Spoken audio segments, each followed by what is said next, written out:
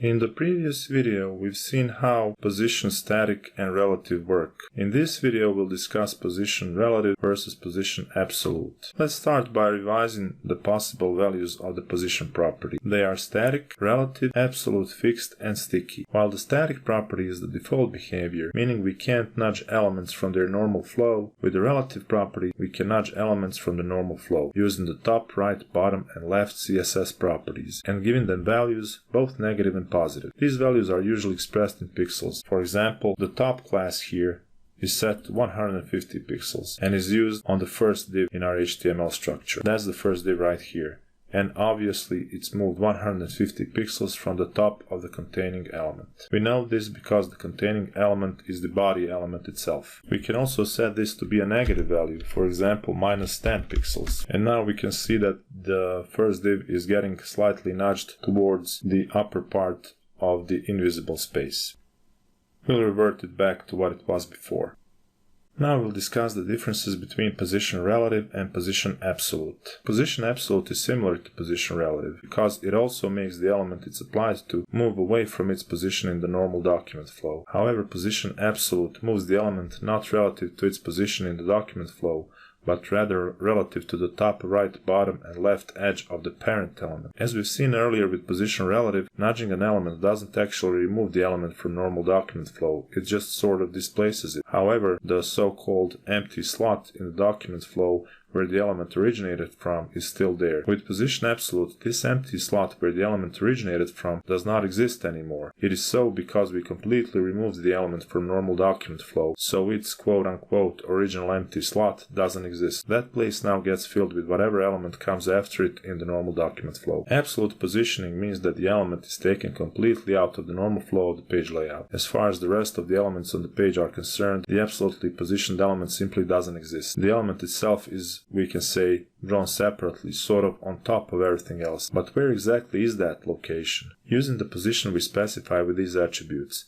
the element is then placed at that position within its last ancestor element, which has a position attribute of anything other than static, or the document body if no such ancestor exists. Here's our example for the absolute positioning. Basically, in this example, all of the divs are positioned absolutely. Now they are being moved not based on what their original position was in the normal document flow, like the case is with relative positioning, which we can see right here. Instead, they are moved based on their position inside the wrapping body element, because the wrapping body element is their closest relative. Feel free to change the position of the divs from absolute to relative and vice versa, as well as change the top, right, bottom, and left values on these divs right here. Now is the time for another really important topic, and that is positioning parent element relative and child element absolute. Here's the example of that happening. As we can see, when the outer div is set to position relative and the inner div is set to position absolute, the inner div is then positioned in relation to the outer container, or to its closest ancestor element. This pattern is very handy and can be used frequently when laying out web pages because it allows us to position child elements precisely in certain places in our layout, no matter what. Here's a mini test on absolute elements inside relative elements. Let's try moving the inner div, which is currently located at the bottom right corner of the outer div, into a different place. Let's try moving it to the top right corner of the outer div, which should be right here.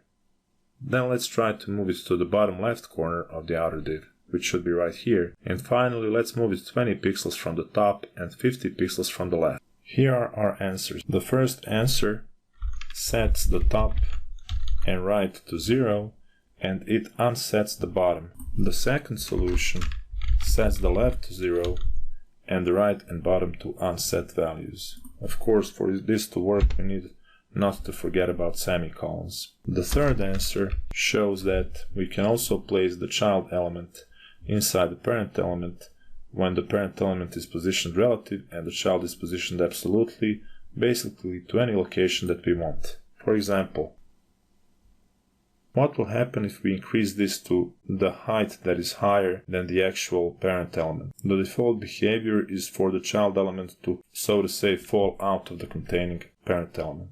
Note the introduction of the new syntax. We have a hash or a pound symbol and then some kind of a selector name. That's what's known as the ID selector. In our HTML, we use the ID as an HTML attribute. In the HTML code, we use the ID selector the same way that we use the class selector. So as we can see in terms of syntax, the ID attribute is almost identical to the class attribute. What is the difference then? The difference is just that we use the pound symbol to signify the ID. All the other syntax rules are the same. Just like in a CSS class, in a CSS ID selector, we can specify a single property value pair or as many property value pairs as we want. The important difference between IDs and classes in CSS lies in specificity and usage. An ID HTML attribute is supposed to be used only one per page, and the ID CSS selector has greater specificity than a bunch of CSS class selectors. Just how much greater the CSS specificity is will be left for another video. The practical conclusion at this point is that by simply commenting out our child selectors for answers 1, 2, and 3, we can see the solutions to our mini challenges. As always, feel free to play around with this code. Note that we're also using the unset value in several CSS properties in the answers. That's because the unset value will reset any CSS property back to the default value. Thus, if we didn't use right unset and bottom unset in our third answer's child selector, right here, the div element will still have the bottom and right 0 classes applied to it, which would result in the inner div stretching all the way to the bottom right corner of the outer div, as we can verify by erasing this for a moment. This also brings us to an interesting aside conclusion. If we want to have the inner element stretch the full width of the parent, we can simply use the position absolute, left 0 and right 0, as we'll see right here. This is a nice trick that can come in handy sometimes. Next, we'll learn about working with position fixed.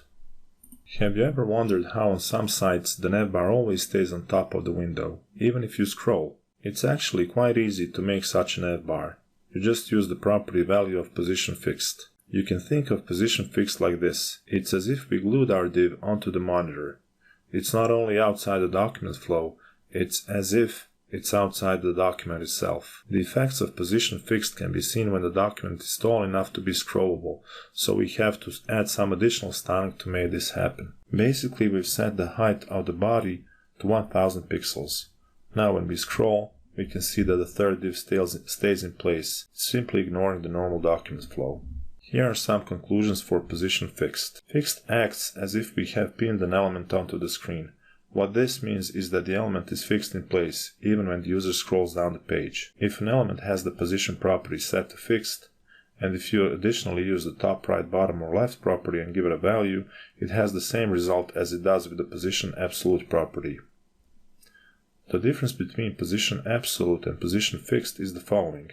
An absolutely positioned element will scroll down the page, while a fixed element will remain in the exact same position regardless of whether the user is scrolling the web page or not. Since we did not have enough content on the page to make it scroll, we've used the body tag selector and gave it the property value pair of height 1000 pixels, thus ensuring that the height of the page is greater than what is visible in the preview window. This way, we are forcing the scroll so that we can observe an example of position fixed in practice. In conclusion to this video, let's set the height to the body element on this example to 1000 pixels as well. Now when we scroll, we see that the absolutely positioned element is still moving with the rest of the page. That's the basic difference between the absolutely positioned elements and fixed. That's the basic difference between position absolute and position fixed. That's it for this video. In the next one, we'll look at images and floats in CSS.